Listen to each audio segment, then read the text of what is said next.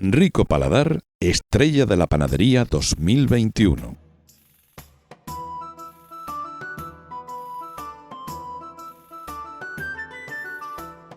En Rico Paladar, al utilizar harinas de la mejor calidad, no podemos caer en el error del sobreamasado, porque las deterioran y las oxidan.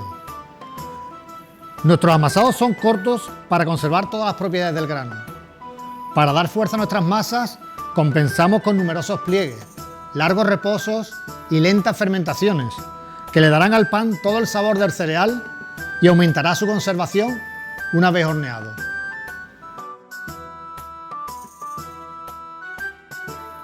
Rico Paladar ofrece esta información a las personas que apuestan por una alimentación saludable. Un nuevo concepto de panadería, recuperando métodos ancestrales.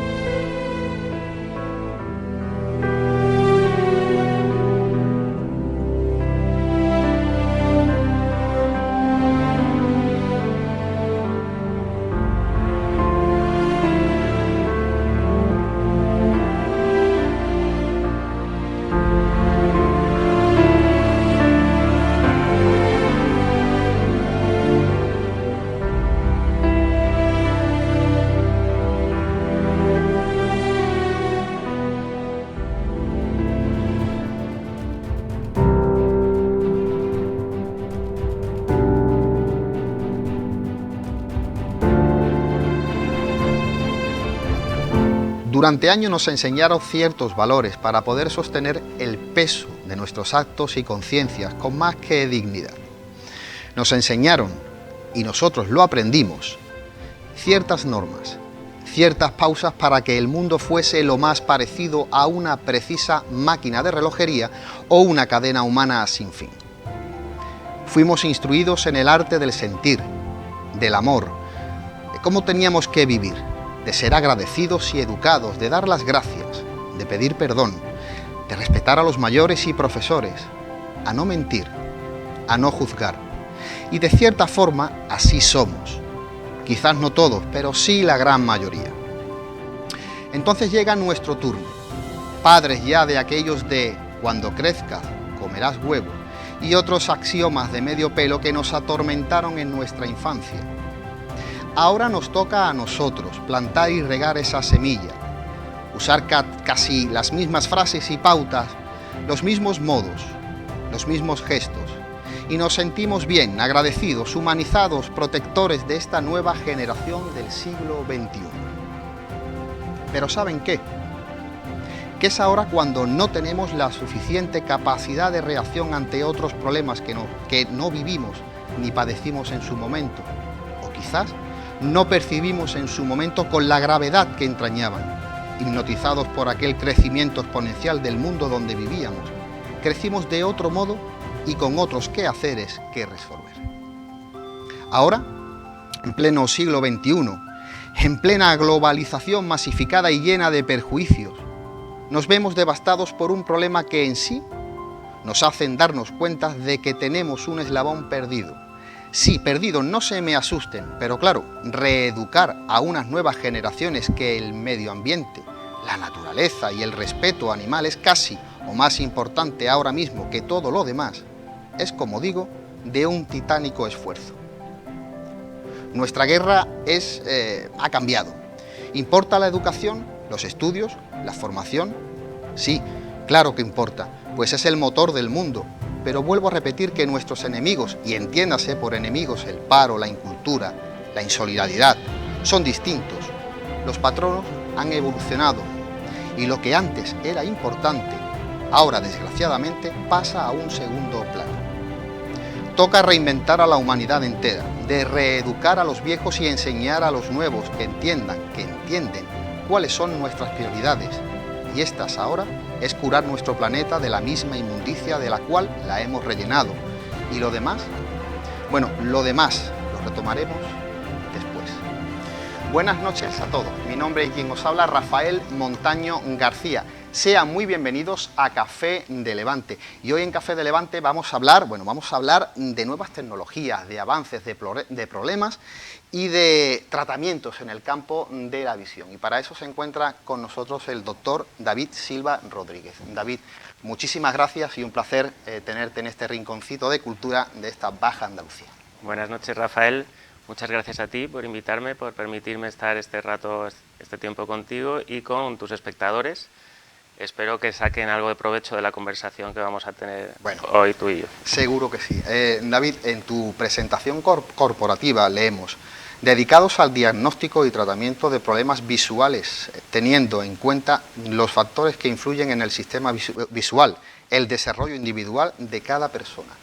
David, ¿por qué un mismo problema visual o un problema visual en la óptica de nuestras personas pueden derivar en formatos diferentes dependiendo de cada individuo? Bueno, es fácil entender teniendo en cuenta, para empezar, cada individuo puede tener distintas profesiones, es decir, distintos hábitos visuales en su vida cotidiana. No es lo mismo un oficinista que está cerrado entre cuatro paredes trabajando durante 8 o 10 horas al día con poca luz natural y con espacios reducidos a la hora de proyectar su visión y con mucho trabajo de cerca, es decir, un esfuerzo visual mayor en cerca y poco tiempo de visión lejana. Comparemos eso con una persona un transportista, pues que se dedica la mayor parte de su tiempo a estar conduciendo con una visión fundamentalmente de lejos y muy pocas veces utiliza un esfuerzo visual en cerca. Pues ya de entrada tenemos, y entre uno extremo y otro pues tendremos un abanico de posibilidades bastante amplio. Eso por un lado, pero luego además cada uno nacemos con nuestras propias condicionantes genéticos que hacen que tengamos más puntos débiles en unos aspectos de la visión y otros tengan otros puntos débiles o puntos fuertes. Es decir, hay gente que por su herencia genética pues se desarrolla con un sistema visual muy fuerte, muy capacitado para someterse a situaciones de estrés visual importantes, y sin embargo otras personas nacen con una genética en ese sentido más débil y pues son más sensibles a los esfuerzos visuales y potencialmente pueden caer en problemas con mucha más facilidad. Entonces, no podemos tratar a todas las personas con un protocolo estándar, sino tenemos que estudiar todos estos aspectos y además desde un punto de vista global, en el sentido de que la visión no son solo los ojos. Ya si quieres profundizaremos un poco más adelante en este aspecto, pero me gustaría lanzar esta idea desde el principio. La visión es una función neurológica que tiene lugar en el cerebro, en la cual el primer paso indudablemente son los ojos, son como la ventana que introduce imágenes dentro del cerebro, pero lo primero que hay que entender es que es el cerebro quien realmente está viendo, para que nos entendamos. David, una pregunta de rabiosa actualidad. De un tiempo a esta parte, las nuevas tecnologías nos hacen que usemos cada día más las pantallas y que nos absorban prácticamente gran parte de nuestro tiempo, ¿no? ¿Cómo está influyendo realmente esas nuevas tecnologías en nuestra visión? Bien, efectivamente es un tema de rabiosa actualidad porque ha provocado un cambio enorme el uso, bueno, primero la forma de vida moderna o contemporánea que vivimos ahora, ya desde el último siglo, desde que empezó la revolución tecnológica, que siguió la revolución industrial, pues era la revolución tecnológica en la cual han aparecido multitud de aparatos electrodomésticos que nos hacen la vida más sencilla, nos abren formas de trabajo más eficientes, pero a cambio todo tiene una contrapartida. ¿En qué consiste esta contrapartida? Que es donde iba tu pregunta. Consiste en que, desde el punto de vista visual, conviene entender que somos, biológicamente, somos animales depredadores, de tal manera que nuestro sistema visual está diseñado para ver de lejos, detectar presas o similares, presas, explorar nuestro entorno de una manera lejana, mirando al exterior, a distancias lejanas. Salvaguardarnos del peligro. No, al revés. Es más, nosotros somos más bien depredadores, fíjate. Esto se distingue muy bien precisamente en la anatomía del sistema visual. las presas, los que tienen riesgo de ser depredados, pues tienen un sistema visual totalmente diferente del nuestro. Anatómicamente la disposición de sus ojos es completamente distinta, están en los lados, no están en el mismo plano, claro, sino que tienen uno a un lado y otro a otro para precisamente capturar la mayor parte de campo visual posible, casi intentar alcanzar los 360 grados para poder detectar el peligro, como tú mencionabas, que llegue por cualquier lado, o por detrás, o por este lado, por detrás, o por delante, o por los lados. Esa es la disposición y además, lógicamente, este ojo está viendo una cosa diferente de este. No disponen de visión binocular. Ahora hablaremos de lo que es la visión binocular. Lo que tienes es un sistema de procesamiento paralelo de dos imágenes diferentes. Una que está por aquí y otra que está por aquí, para poder precisamente detectar peligros, depredadores, normalmente. Nosotros, en cambio, somos todo lo contrario. Somos depredadores que lo que tenemos, no queremos cubrir campo visual porque no tenemos riesgo de ser atacados. Lo que queremos es capturar presas. Y para eso necesitamos tener los dos ojos en el mismo plano y que miren los dos al mismo sitio y tener una imagen única, no dos diferentes. Y gracias a eso conseguir visión en 3 dimensiones, que evolutivamente nos permite a nosotros y a todos los depredadores, si nos fijamos, tigres, perros, gatos, todos tienen, incluso es muy curioso ver en los aves, porque las aves hay aves que son presas y aves que son depredadores. Las que son depredadores con el tiempo han evolucionado para tener los ojos, en lugar de uno en un lado y otro en otro, su cráneo ha evolucionado y ha colocado los dos ojos de frente para hacer lo mismo que nosotros. Por ejemplo, un búho es el mejor ejemplo. Es verdad. Entonces, bueno, ¿qué conseguimos? ¿Qué consigue el cerebro con eso? Cuando tienes visión binocular, como es en nuestro caso como humanos, los dos ojos miran al mismo punto y al cerebro le llegan las dos imágenes iguales. E internamente el cerebro las fusiona, las combina en una sola imagen y al hacer eso genera la sensación de 3 dimensiones, la profundidad del espacio. Percibimos el volumen y medimos muy bien las distancias y las velocidades de los objetos que se mueven, que es lo que nos permite ser buenos capturando y cazando. ¿Vale? Con lo cual, habituarnos a las cortas distancias siempre ha sido un problema, ¿verdad? Exacto, Rafael. Entonces ese es nuestro diseño de base, nuestro diseño biológico. Con el tiempo hemos evolucionado en nuestros hábitos mucho más rápido de lo que es capaz de evolucionar biológicamente nuestra anatomía y nuestro sistema. Entonces, ¿podemos hacer trabajo de cerca? Sin duda, es lo que nos ha permitido hacer utensilios y evolucionar como especie, gracias a la manipulación, en fin, a la creación de instrumentos, ¿no? Bueno, pues eso por tanto podemos ver de cerca, pero ese esfuerzo, eso nos supone un esfuerzo. Nuestro sistema visual en cerca está estresado, es decir, le supone un esfuerzo. Si ese esfuerzo es breve en el tiempo, no es ningún problema. El problema es cuando en lugar de estar 8 horas del día haciendo trabajo de lejos, para entendernos, y 1 o 2 horas de cerca, eso sería biológicamente muy bueno, muy aceptable. Lo tenemos totalmente invertido, justamente al revés. 8 o 10 horas, mucho trabajo de cerca, y solo 1 o 2 horas pues haciendo deporte o haciendo una actividad. Entonces, ¿eso que genera? Mucho estrés en nuestro sistema visual porque es un sobreesfuerzo. Este sobreesfuerzo, efectivamente, las nuevas tecnologías han incrementado eso, porque antes, bueno, solo eran los libros, pero ahora es que incluso es tanto el trabajo como luego el ocio.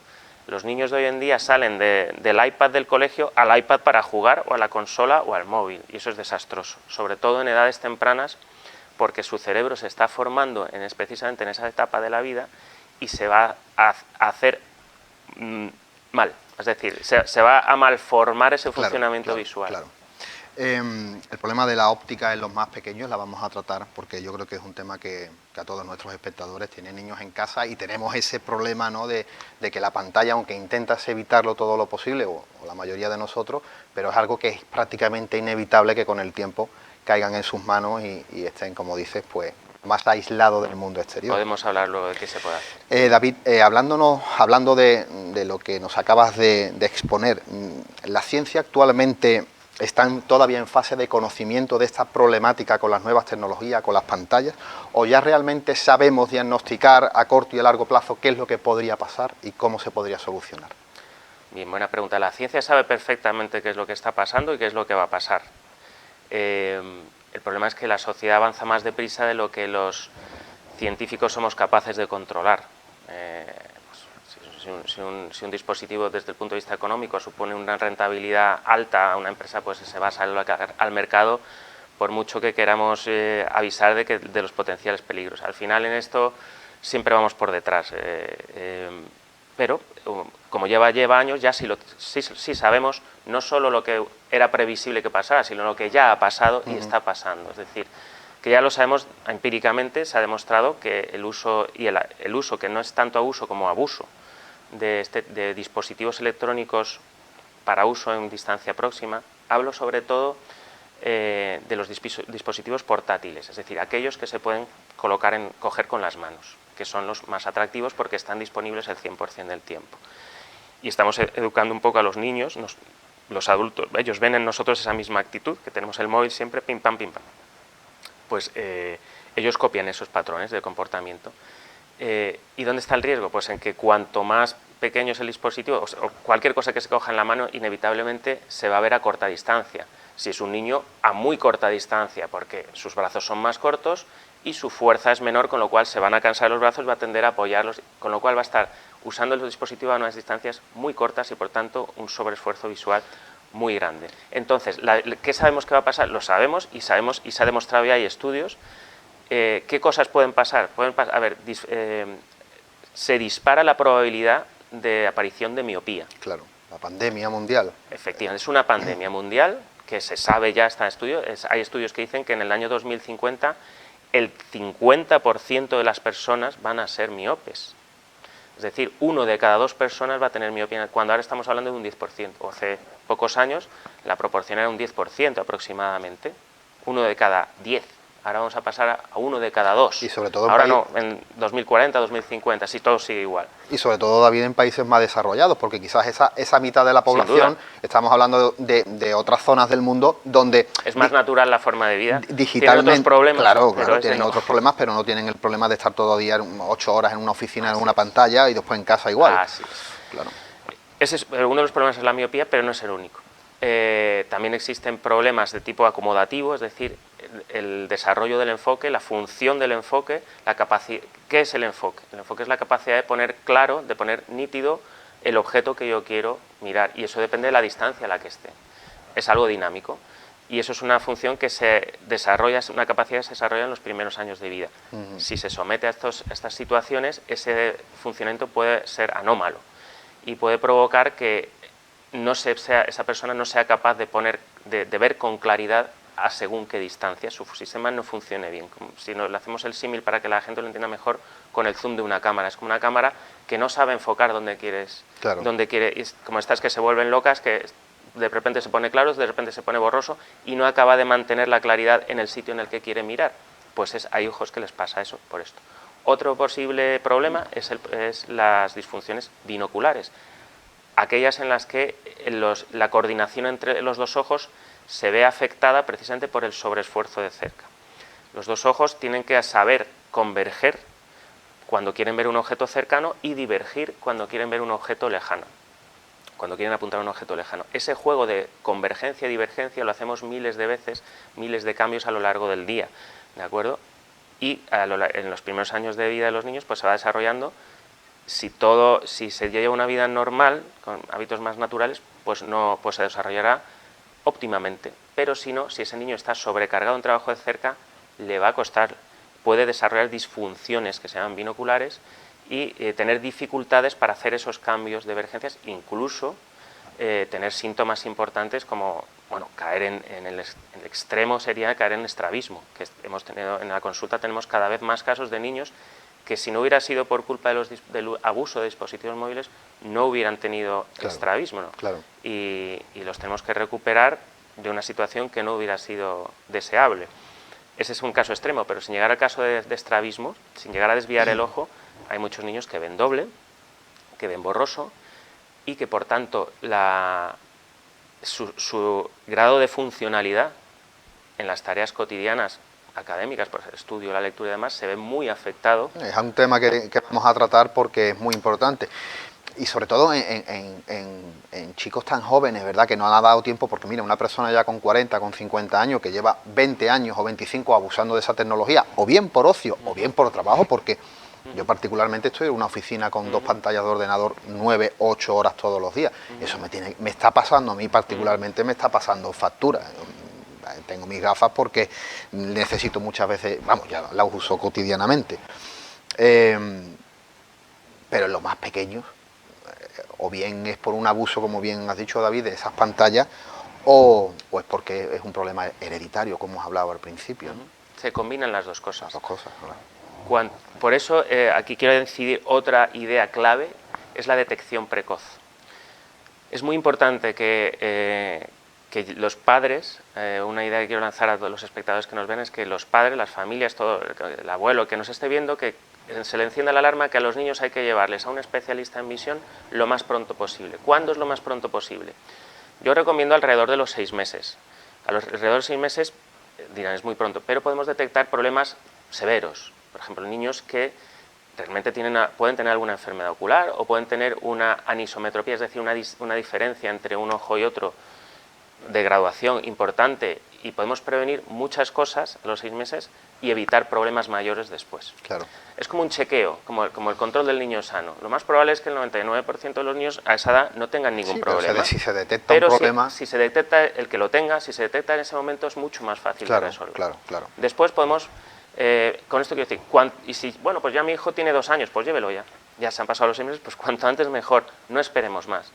En este sentido, nosotros los optometristas somos especialistas en la visión y nos coordinamos, o procuramos coordinarnos y colaboramos con los oftalmólogos, cada uno de los cuales desarrollamos una faceta complementaria respecto a la otra. El oftalmólogo es un especialista en la salud del ojo, es decir, que el ojo no tenga ninguna enfermedad y si la tiene, pues tratar de curarla en la medida que sea posible. Pero la visión no está, como decíamos antes, solo en el ojo, sino que realmente es una función neurológica en la que está involucrada fundamentalmente el cerebro. Se sabe que en el cerebro hay, la visión es la visión es la función fundamental que hace el cerebro en el ser humano. En el ser humano, a diferencia de otros animales, pues el cerebro pasa entre el 70 y el 80% de su esfuerzo, de su trabajo, es procesar información visual. Como dato curioso, todos cuando queremos concentrarnos cerramos los ojos, porque estamos bloqueando toda la información visual, que es lo que distrae la mayor parte del esfuerzo del cerebro. Bueno, pues sabiendo eso, tenemos que tener en cuenta que esto es muy importante, que la visión no es cualquier cosa. Hombre. Y que hay que tener, y que en el desarrollo de la persona, en su aprendizaje, para que el verdadero potencial de esa persona pueda sacarse adelante, es muy importante que su visión esté convenientemente equilibrada. Por eso lo de la detección precoz, cuanto antes mejor. No dejar pasar, pero como muy tarde, a los 3 o 4 años hay que verle. Claro. Si puede ser antes, mejor, pero como muy tarde a eso, para prepararlo para la lectura, para el proceso académico en el que le van a pedir leer y demás, que esté todo bien preparado para ese niño, y si no, arreglarlo. Actuar, claro. David, diriges un importante equipo de optometristas y eres el único profesional en Jerez de la Frontera con el reconocimiento de socio clínico de SIODEC. ¿Qué es exactamente SIODEC y en qué consiste para entender un poco esta función? SIODEC es una sociedad científica, es la sociedad. Los científicos nos agrupamos en sociedades para compartir ideas, conocimientos, desarrollar investigación, estudios y compartir experiencias y conocimientos para avanzar en nuestra profesión, ¿vale? En el campo de la optometría, en España existe la sociedad internacional, porque admitimos a profesionales no solo españoles, sino de otros países, y de hecho eso nos enriquece más. Y tenemos profesionales de otros países. Bien, y entonces es una sociedad científica que se llama Sociedad Internacional de Optometría del Desarrollo del Comportamiento. Hablamos de optometría del desarrollo del comportamiento porque es un modelo de optometría que amplía el campo tradicional de la optometría, que tradicionalmente llamamos funcional, que estaba muy centrada en aspectos exclusivamente visuales, y lo hemos ampliado porque al final la visión involucra o influye en el resto de aspectos de la persona, desde el comportamiento hasta las capacidades psicomotoras, por ejemplo. Entonces hay personas que se les nota su dificultad visual en aspectos motores, es decir, de cómo se mueven, cómo son capaces de desenvolverse en cuanto a la coordinación de su cuerpo, y según a qué personas eso les afecta más o menos dependiendo de cuál sea su profesión, sus necesidades. Abundando en lo que hablábamos al principio, porque a unas personas, verlo desde un punto de vista global, porque a lo mejor esa persona no percibe su problema visual en cuanto a nitidez de la imagen, pero sí en cuanto a su torpeza física, por ejemplo, ¿no? Eso es lo que queremos llegar a abarcar también, y por eso hablamos de optometría, del desarrollo, del comportamiento, para intentar cubrir todas las necesidades y todos los problemas que tengan relación con la visión, pero que se manifiesten en otros aspectos de la vida. No sé, has hablado de una cosa muy interesante, te lo iba a comentar fuera de cámara, pero creo que viene muy acorde a lo que estás hablando. Cuando hay problemas, hay personas que tienen problemas a la hora de ponen unos zapatos y lo ponen al revés, izquierda o derecha, confunden la izquierda a la derecha. Por ejemplo. Empujar o tirar, cometen... eso es un problema, evidentemente, que puede venir derivado del problema de visión. Así es. Son distintos niveles. O sea, la visión empieza, pues, son distintos niveles de procesamiento. En el ojo ya empieza a haber un cierto nivel de procesamiento. Hay las células, es un mundo maravilloso. Neurológicamente son distintas vías que procesan información de forma paralela. Tenemos células que son capaces de ver el color y otras que no. Por eso unas nos sirven para ver de noche. ¿Por qué vemos de noche solamente en blanco y negro? Nadie se lo ha planteado últimamente, ¿no? Bueno, pues porque, por la falta de luz, entendemos, ¿no? No, pero podría haber poca luz y ver los colores. Pero no es esa la razón. La razón es porque de noche, cuando hay poca luz, las células que están viendo son principalmente otras células, ¿vale? Y es que son los bastones, que están en la retina periférica fundamentalmente, también en la retina central, pero nos permiten ver en condiciones de muy poca iluminación, pero sin color. Son células que funcionan de manera diferente. En cambio, cuando tenemos luz suficiente, se ponen en marcha otras células que sean los conos, que esas sí procesan el color, ¿vale? Lo que quiero decir es que hay distintos niveles de procesamiento que van en paralelo y luego dentro del cerebro las distintas informaciones se procesan simultáneamente. El cerebro hace un trabajo enorme para combinar todas estas informaciones. ¿Por qué decía esto? Me he ido por lo de los procesamientos en paralelo, pero ya no recuerdo. La pregunta que me habías hecho última, ¿cuál era? Bueno, estábamos hablando de SIODEC y cuál era realmente su función. Bueno, sí, era por lo de las personas. Bueno, también es verdad, metimos esa coletilla. Unas personas pueden tener problemas por ejemplo, con su movimiento, a la hora de atarse los cordones, exactamente, esa era la pregunta. Sí. Bueno, pues este es el nivel básico el que te estaba comentando, pero luego se va avanzando dentro del cerebro en distintos niveles de procesamiento visual, algunos muy avanzados, donde ya es la abstracción de la percepción espacial, por ejemplo, imaginarme esa cámara rotada, que estuviera girada respecto a un eje o respecto a tres ejes, esa capacidad de visión espacial que está muy desarrollada en determinadas profesiones, como un arquitecto o un ingeniero, y a lo mejor mucho menos desarrollada en otras personas. Bueno, pues eso te hace más eficiente. Esa ya es un nivel de procesamiento mucho más profundo. Y hay personas que si una persona tiene mal de base las primeras fases del procesamiento, va a tener mal esas últimas. Claro. No va a tener una buena percepción espacial, no va a tener una buena discriminación visual, no va a saber distinguir si una cosa está un poco rotada o no. Para él son iguales. Eso se ve muy bien en los niños, porque esto es un proceso que va evolucionando. Y entiendo, David, que estos problemas pueden venir a una edad un poco más avanzada. A ver, la persona que no ha alcanzado un desarrollo suficiente durante el niño, pues se va a quedar igual. De adulto va a estar todavía infrautilizado su sistema visual. ¿Y es recuperable? Todo es recuperable. Lo que estaba comentando es lo que llamamos ya la percepción visual. Son una serie de habilidades a un nivel ya muy avanzado neurológicamente hablando, y es lo que entendemos por percepción visual. Ahí tenemos pues desde la memoria visual, como decíamos, la discriminación, la figura a fondo, la percepción espacial. Pues todas estas cosas, unas se pueden tener mejor y otras peor.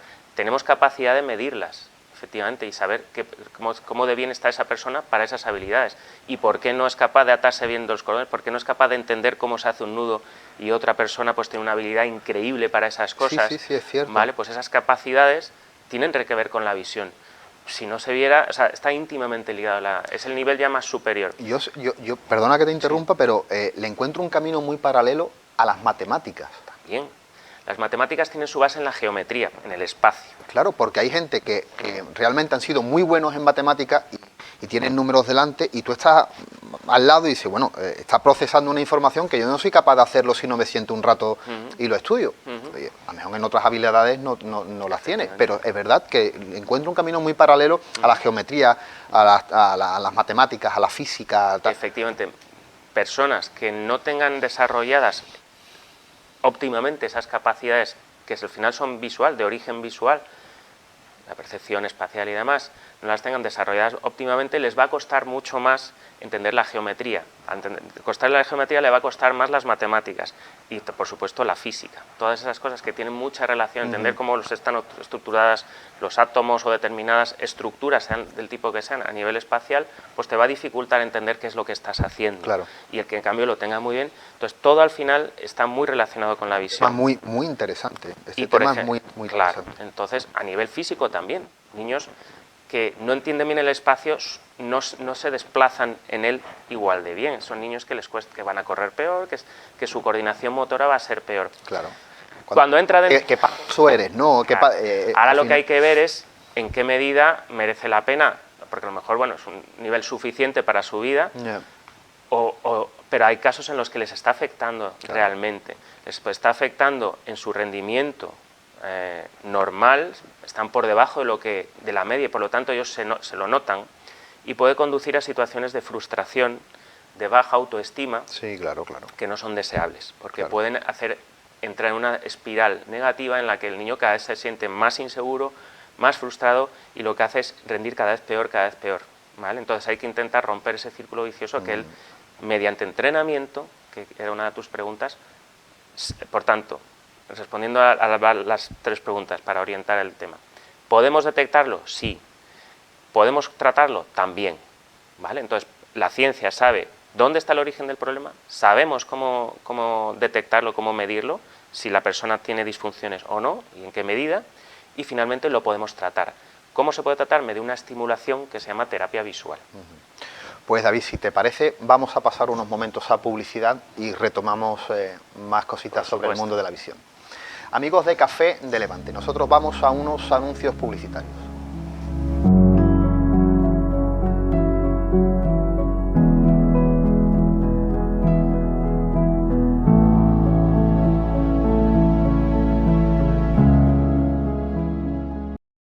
Rico Paladar, estrella de la panadería 2021.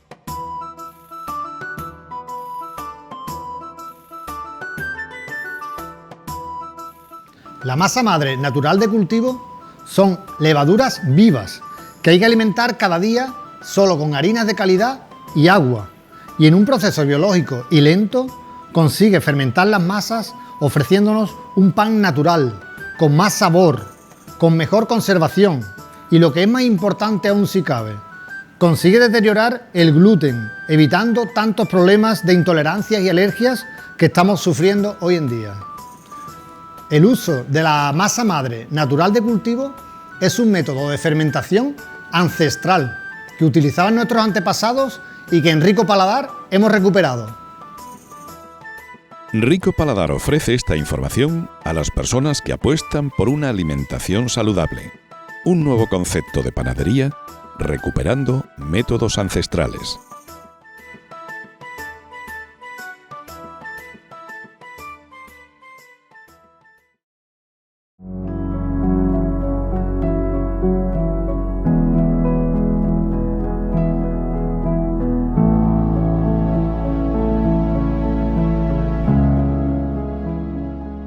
Amigos de Café de Levante, amigos de Costa Noroeste Televisión, seguimos hablando con el doctor David Silva Rodríguez sobre los problemas visuales, su tratamiento y esa nueva tecnología y esos nuevos avances que corren a la paz que corre este siglo XXI. David, una pregunta.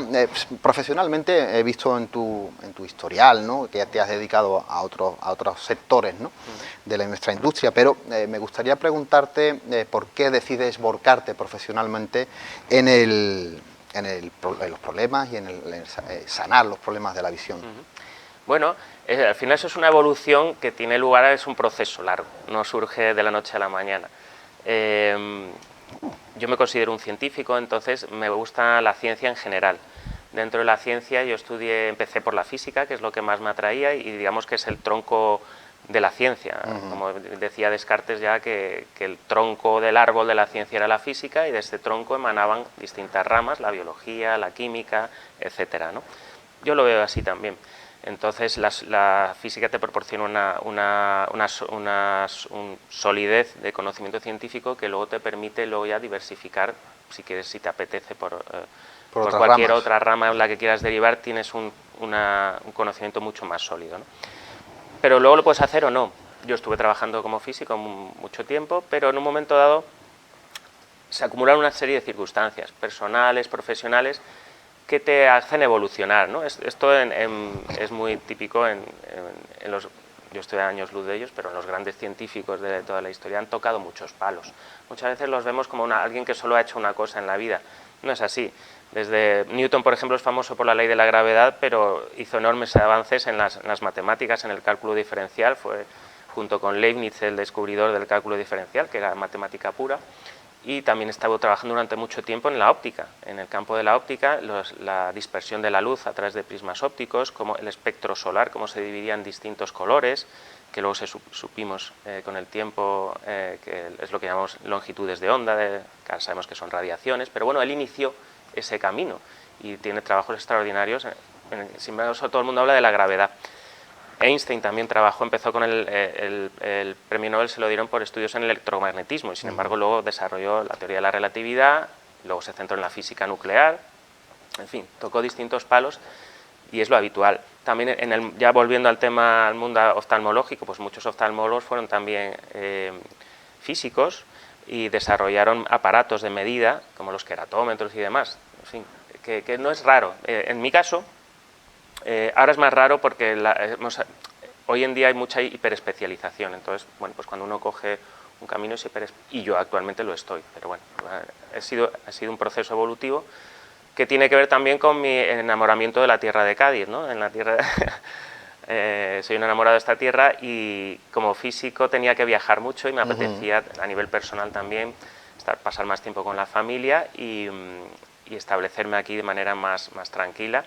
Y para eso elaboré un plan de desarrollar una actividad que, siendo científica y fuera para mí gratificante, me permitiera establecerme aquí. Bueno, pues entonces estudié una nueva carrera que fue optometría y durante la carrera conocí las distintas especialidades y me enamoré de la especialidad de terapia visual, que para mí hasta ese momento era desconocida, y descubrí un mundo en el que podría emplear mis conocimientos para ayudar a las personas. Claro. Y cambiar sus vidas, porque realmente los optometristas que nos dedicamos a la terapia visual cambiamos la vida de las personas para bien, lógicamente. Hombre, es que la visión es fundamental, y además hay personas que se acostumbran a ver mal y digamos que su vida está condicionada, está vallada visual en todos los aspectos, ¿verdad? Y cuando rompen esas vallas dice, hay un mundo después de lo que yo creía. Exacto, muy bien descrito, Rafael, muy bien descrito, sí. Así tal cual. Entonces cambiamos su vida de estar cerrados en su corralito de no puedo salir de aquí porque soy incapaz de hacer estas cosas, las que están más allá de la valla, le rompemos la valla y decimos, aquí tienes otro mundo.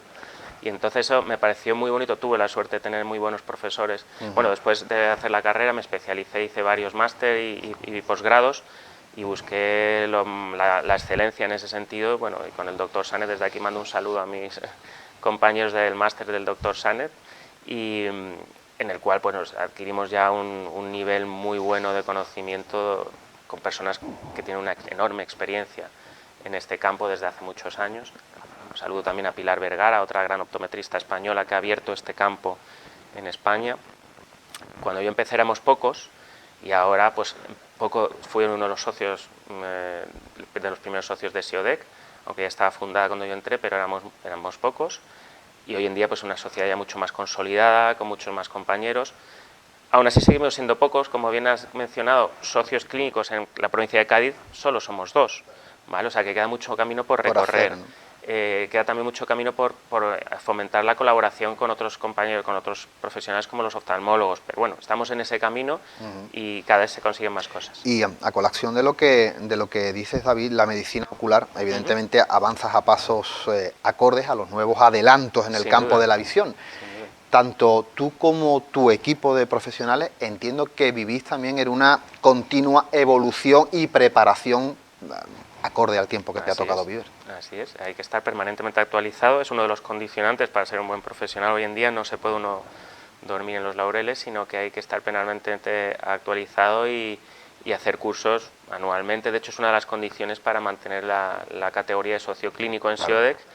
Hay que hacer una serie de horas anuales de formación, si no se te quita la categoría. Además, imagino que tendréis que actualizar vuestra metodología de trabajo. Casi no me atrevería a decir a muy poco espacio de tiempo, pero casi muy habitualmente efectivamente. Es una profesión muy bonita porque aprendemos mucho de los pacientes. La relación que se establece con el paciente, a diferencia de otros tratamientos más convencionales en medicina, en los que bueno, pues el paciente visita cada X meses, se ven una serie de resultados y en función de eso se cambian los protocolos o las dosis y tal. En nuestro caso es una relación mucho más íntima la que se establece en el proceso de tratamiento, porque es personal, se pasa por lo menos 1 hora a la semana con el paciente, se le conoce como persona. Esto, volvemos a la primera pregunta que me hiciste.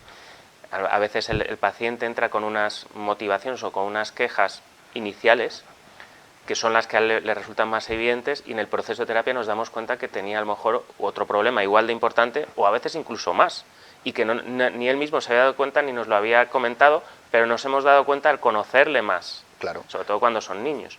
Pero también con adultos puede pasar, a lo mejor viene porque le dolía el ojo y luego resulta pues que esa persona lo que tiene es que un problema que es incapaz de leer porque se pierde, y eso le ha condicionado, le ha impedido pues avanzar profesionalmente. Pero además es como, y vamos a volver un poquito atrás, como hablábamos antes. Dice, bueno, yo es que a la hora de calcular o a la hora de tocar a las matemáticas me niego a hacer cualquier tipo de trabajo de cálculo porque soy muy malo, yo suspendía. Claro, él sabe que ha sido malo en matemáticas, pero no sabe que ese problema puede venir derivado a que tiene un problema visual, exactamente, que le puede llevar a verse en esa situación. Puede pasar, efectivamente. Con esto no quiero decir que todos los problemas de aprendizaje tengan que ver con la visión, pero si resulta que la visión, lo bueno de esto, el aprendizaje, el desarrollo neurológico es un proceso complejo en el que intervienen muchos factores, incluso emocionales, ¿vale?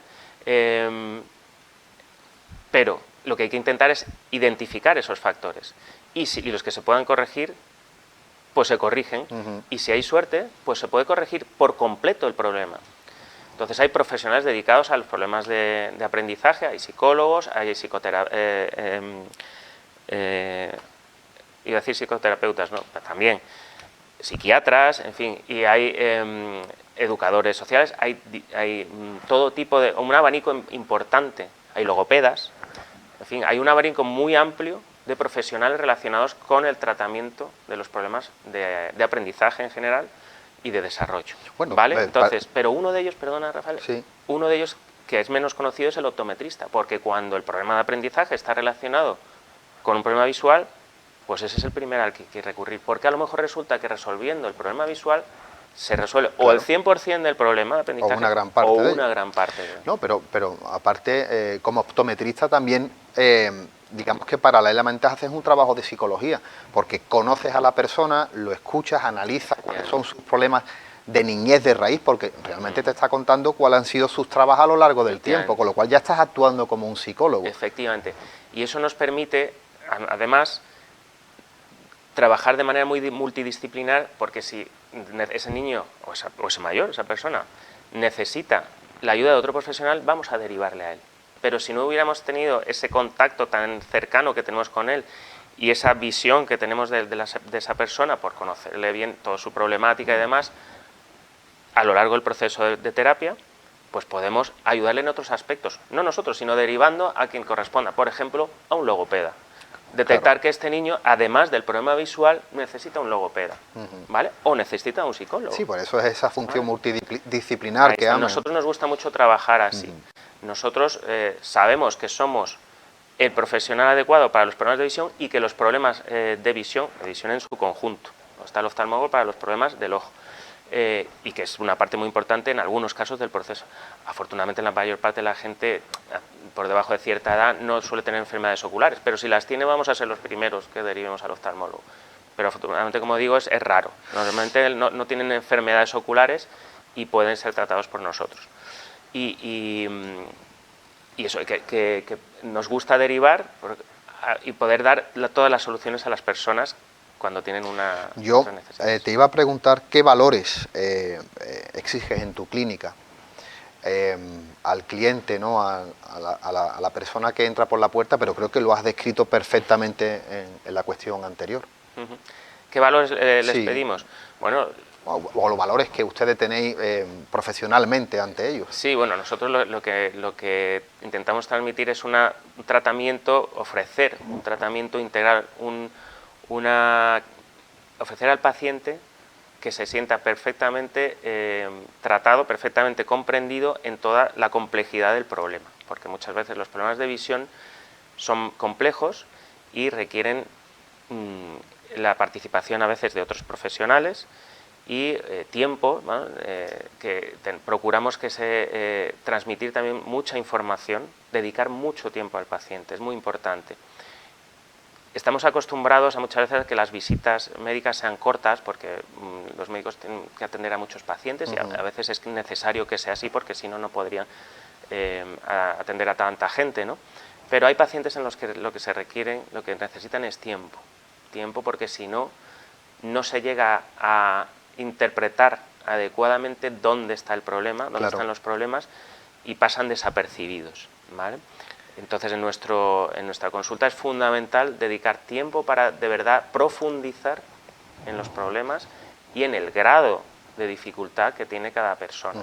Sí, y no se puede hacer corriendo. Eso hay que hacerlo despacio, tanto desde la primera evaluación que hacemos, que se puede prolongar casi 2 horas en algunas ocasiones, como luego a lo largo de la terapia. Del tratamiento, ¿no? David, ¿qué tipo de soluciones podemos encontrar en tu clínica? Interesante. Bueno, soluciones hay muchas, hay desde ayudas ópticas, las gafas, que son las más conocidas, las lentillas, que también en muchos niños son una solución muy interesante porque en los niños que están en desarrollo, el uso de gafas es mucho más problemático que en un adulto.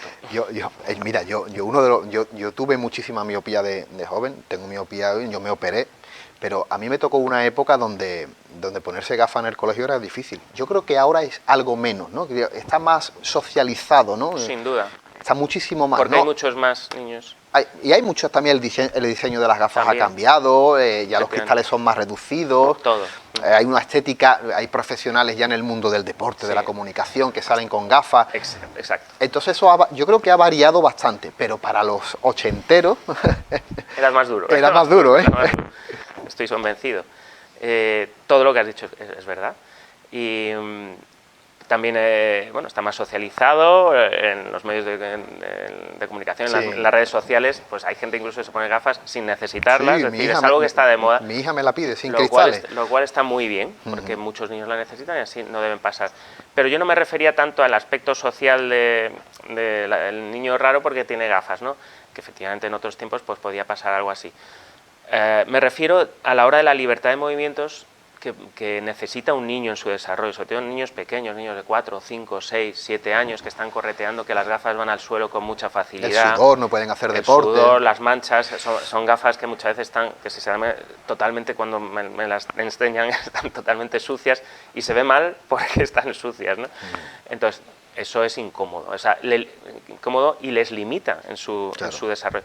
Son niños que a lo mejor no quieren jugar al fútbol porque tienen miedo que se le caigan las gafas, así de sencillo. La gafa es una cosa limitante a esas edades. Es un tema que no hemos tratado hasta ahora, pues aprovecho la ocasión para comentarlo. Todo esto depende, volvemos a lo mismo, cuando me decías, ¿qué te refieres con esto de cada persona en sus condicionantes? No es lo mismo una persona de 6 años que una de 26, que una de 56, que una de 60 y que una de 70. ¿vale? Cada persona tiene sus condicionantes, sus necesidades en cada momento de la vida. Entonces, una persona de 60 años pues es lo más feliz del mundo con unas gafas, pero un niño de 6 o 8 años no. Es mucho más feliz con unas lentillas, porque le proporcionan un campo visual natural para que su visión se desarrolle lo más natural posible. Porque pierde el miedo a que se le caiga y la sensación de que está incómodo porque se pueden caer o le pueden dar un balonazo y se le clavan las gafas. Con las lentillas esos problemas desaparecen. Elimina un factor también psicológico que tú comentabas, que puede afectar a nivel emocional, como el sentirse diferente por llevar gafas. Va feliz con sus lentillas cuando lo necesite. A lo mejor no tiene que estar siempre con las lentillas, pero unos días puede ir con lentillas, otros con gafas, pero es algo que podemos utilizar. Tiene muchas otras ventajas desde el punto de vista científico, como son, por ejemplo, que elimina la anisometropía, o sea, la aniseiconia, es decir, la diferencia de tamaño de una imagen entre la imagen que forma un ojo y la que forma otro, cuando estos ojos tienen una diferencia de graduación. Hay personas que tienen, tú me parece que comentabas, tenías mucho más miopía en un ojo que en el otro. Eso hace que en la imagen que forma un ojo sea más grande que la que forma el otro. A la hora de fusionar esas imágenes, el cerebro tiene problemas porque tienen distinto tamaño. Eso con las lentillas, o sea, con las gafas eso se aumenta. El hecho de usar, de llevar las gafas, aumenta esa diferencia de tamaño. La diferencia de graduación entre una lente y otra. Y sin embargo con las lentillas desaparece. Lo que hace es minimizar ese efecto y facilita el trabajo neurológico al cerebro, el neurológico visual. Más ventajas de las lentillas. Las lentillas, siempre la persona que las está usando está siempre mirando por el centro óptico de la lentilla, de tal manera que la graduación es perfecta, porque si se mueve el ojo, la lentilla se mueve con el ojo. En cambio, en las gafas hay zonas de la gafa que tienen aberraciones ópticas y no se ve bien, igual de bien por el lateral de las gafas que por el centro. Bueno, a mí particularmente me pasa, y mira, tengo mis antiparras aquí. Si yo levanto el cristal hacia arriba, veo mucho mejor que cuando las tengo centradas en la cara. Pues eso habría que analizar dónde está el centro óptico y a lo mejor habría que hacer alguna modificación. Claro. Pero es muy típico lo que tú me estás contando.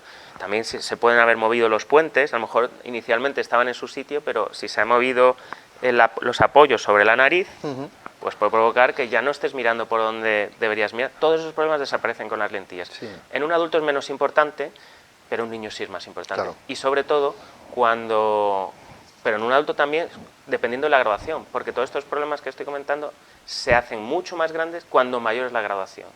Si la graduación que llevamos es de 1 o de 2 dioptrías, el efecto que estoy comentando de aberraciones y demás es poco importante. Pero si es un niño o un adulto que tiene unas gafas de 5 o 6 dioptrías, hay una enorme diferencia entre ver por el lado de la gafa a ver por el centro óptico. Y en cambio eso con las lentillas siempre está en su sitio. Claro.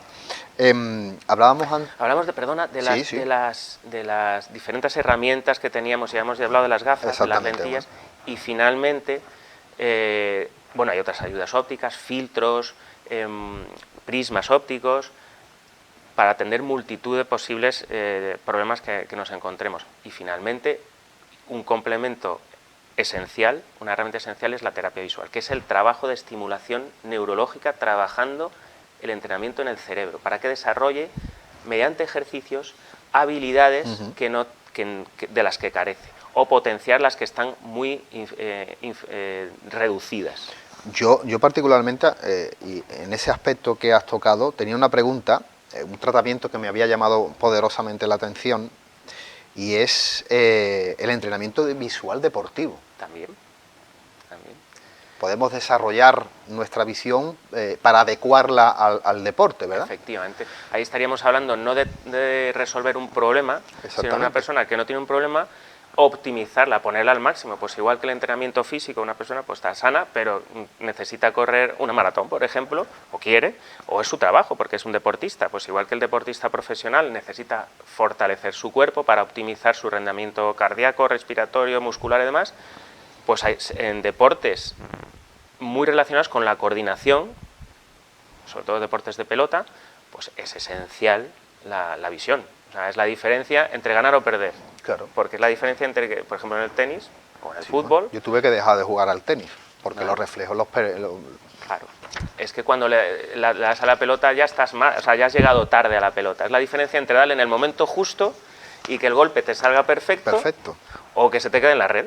o que se te vaya fuera, porque no le has dado en el momento justo, porque tus ojos, tu cerebro, mejor dicho, recordemos la visión binocular, no ha calculado todo lo bien que debería, la velocidad a la que venía la bola, la dirección que traía y la posición de tu cuerpo óptima para hacer el golpeo y el movimiento final. Todo eso son unos cálculos matemáticos que realiza el cerebro a una velocidad extraordinaria, porque nuestro cerebro es una máquina maravillosa y el cerebro está, cuando ya está, por ejemplo, el tenis es un buen ejemplo.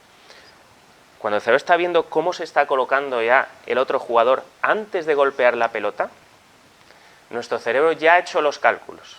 Esta pelota va a ir aquí, a esta velocidad, y yo me tengo que poner aquí, de esta manera, para golpear así.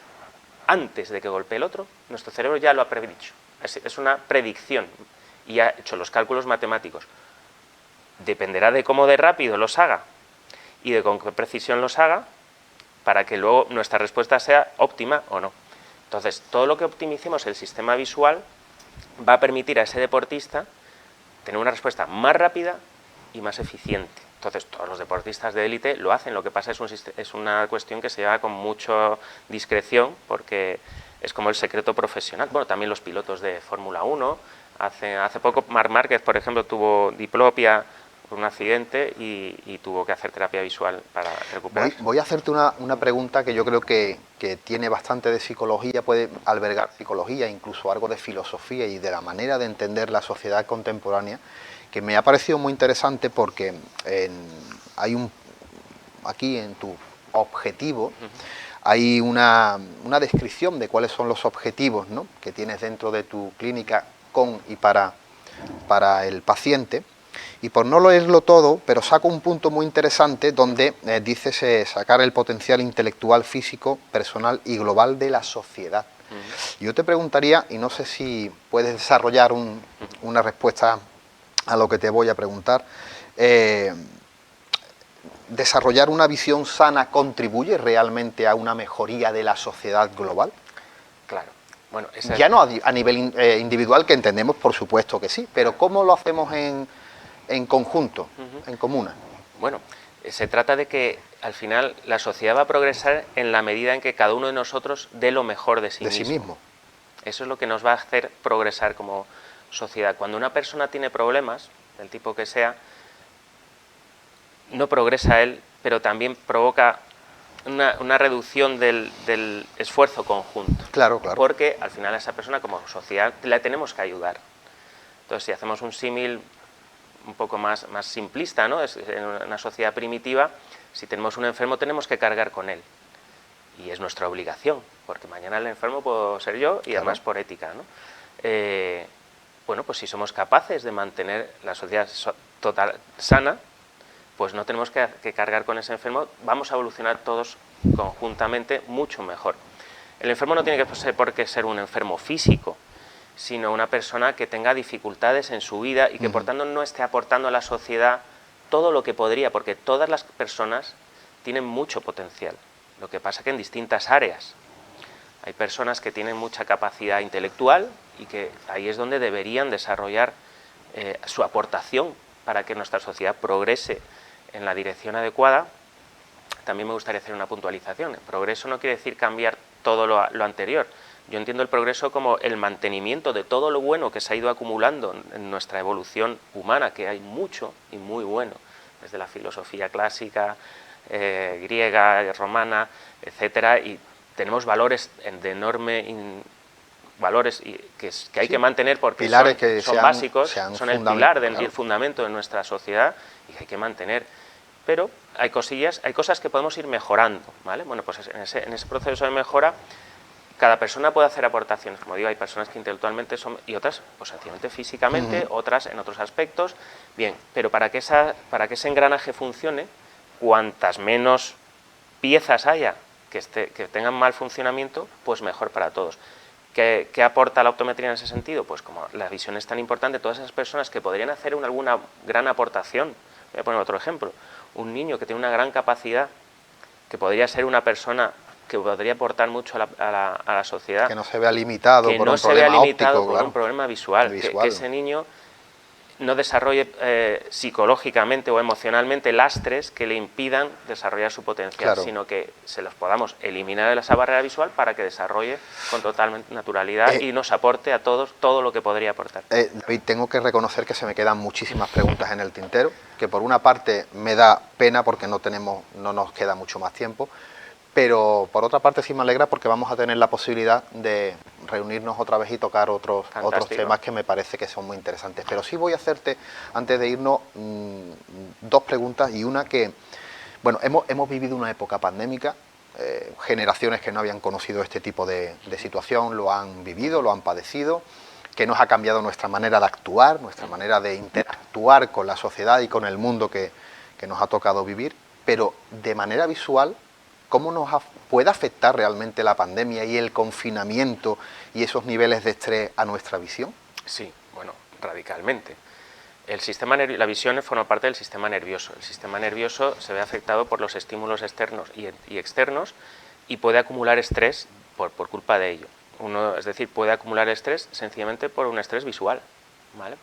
Entonces, durante la pandemia se ha sumado el estrés emocional, los miedos generados, el cambio de situación, evidentemente ha generado un estrés en todo el mundo, o sea, en todas las personas, a distintos niveles, a nivel simplemente emocional, a nivel profesional y a nivel visual también, porque nos hemos visto durante un tiempo obligados a teletrabajar, para entendernos, los niños, por ejemplo, con sus dispositivos a distancia, en ordenadores y demás, y los profesionales muchos también han tenido que hacerlo así, muchos de ellos de hecho lo siguen manteniendo.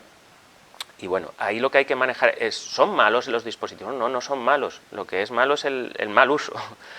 El móvil es malo, ¿no? El móvil es un inventazo. Es una herramienta fundamental. Una herramienta extraordinaria si se utiliza bien.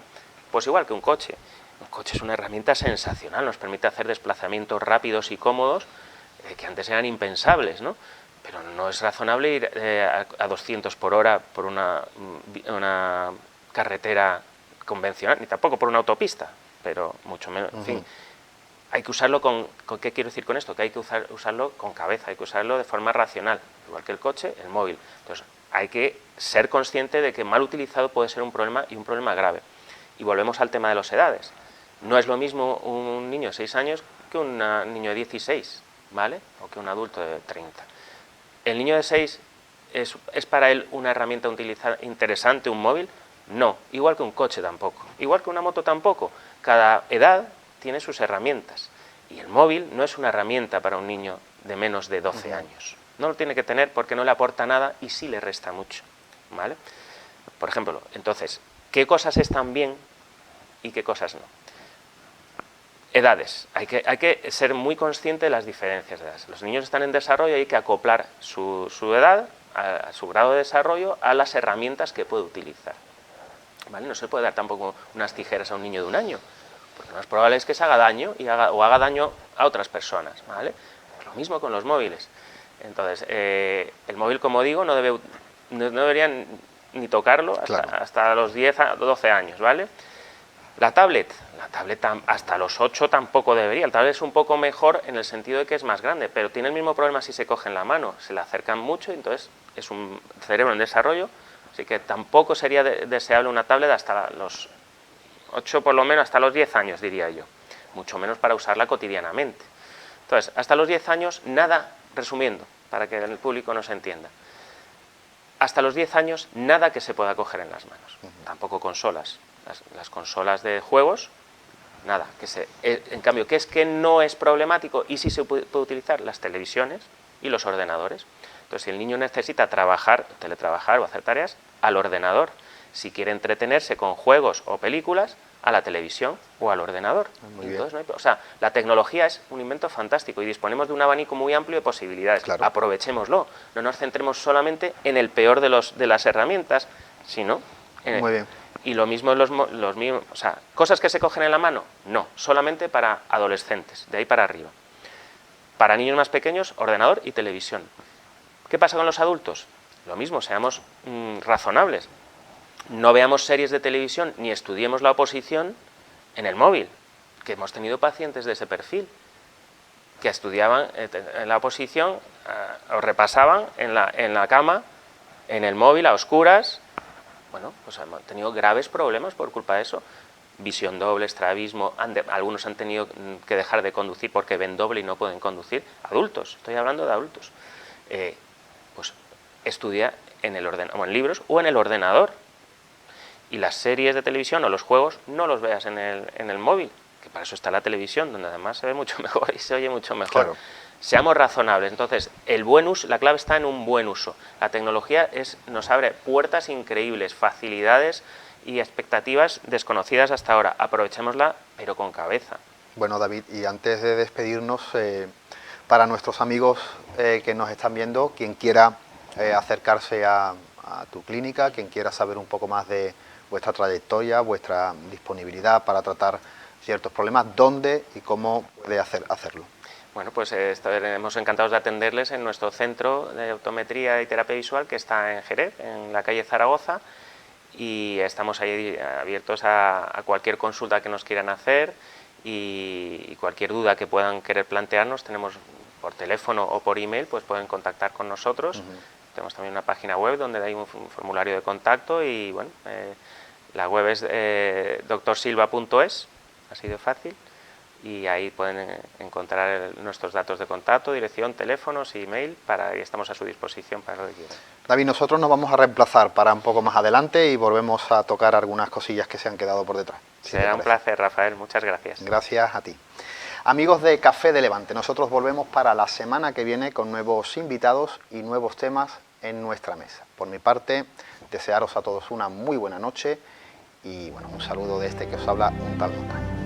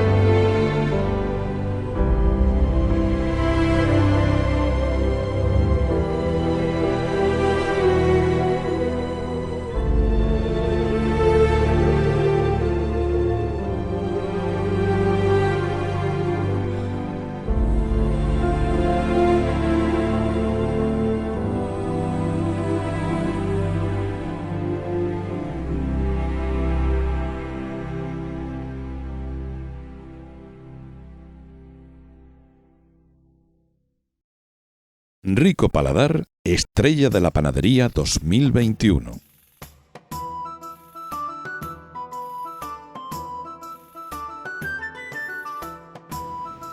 En Rico Paladar elaboramos todos nuestros panes con masa madre natural de cultivo propio, con las mejores harinas, amasados cortos, con reposos largos, con lentas fermentaciones. Formamos a mano y horneamos en horno de solera alimentado con leña. En Rico Paladar elaboramos panes rústicos de trigo, integral, centeno, espelta, sarraceno, maíz, avena y una gran variedad de especialidades con ingredientes base: semillas, aceitunas, frutos secos, especias. En ningún caso utilizamos preparados industriales. ¿Cómo puedo saber si un pan es realmente de masa madre natural y de fermentación lenta? El pan de masa madre natural y de fermentación lenta le salen en las cortezas unas pompitas típicas de la sal.